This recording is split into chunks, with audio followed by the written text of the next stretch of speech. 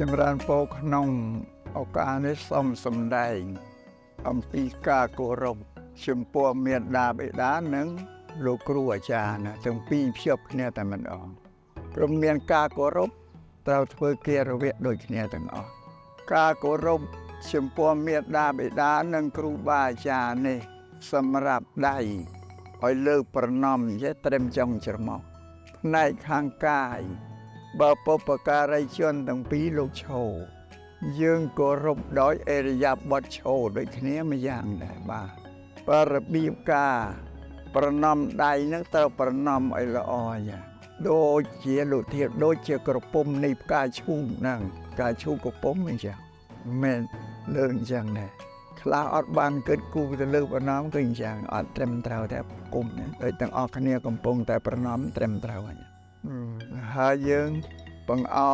ន់ចារួចទៅក៏ងើបឡើងវិញយកមកក៏លើកយ៉ាង